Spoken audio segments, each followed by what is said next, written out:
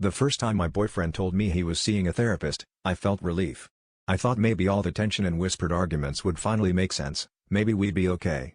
He'd leave on Thursday nights, always with the same line, "I'll be home late, don't wait up," and I told myself it was good for him, good for us. I even made excuses for the overnights, convinced myself healing sometimes took longer than an hour. But the more he came back smelling like her old perfume, the more I started to unravel. It was a mutual friend who let it slip at a party, a joke about how weird it was that my boyfriend was still hanging out with his ex. My stomach dropped. The therapist was her. The apartment, hers.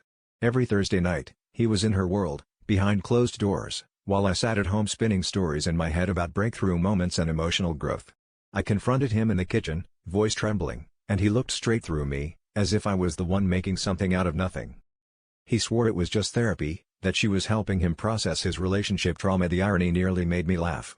We screamed until the neighbors banged the wall, his defenses crumbling into confession. Sometimes they talked, sometimes they cried, sometimes they fell asleep on the couch together. But he swore nothing happened, not really, not the way I imagined. I didn't believe him, but I wanted to. The lines between love, honesty, and self-delusion blurred so badly I couldn't tell where one ended and the other began. The worst part wasn't the lies or even the betrayal, it was the relief I felt when I realized I didn't have to fight for him anymore. I let him go, but I couldn't shake the feeling that I'd been complicit, too desperate for the fantasy to see the truth. Maybe I'd been hiding in my own kind of therapy, pretending the cracks were just surface deep, when really the whole thing was rotten from the inside out.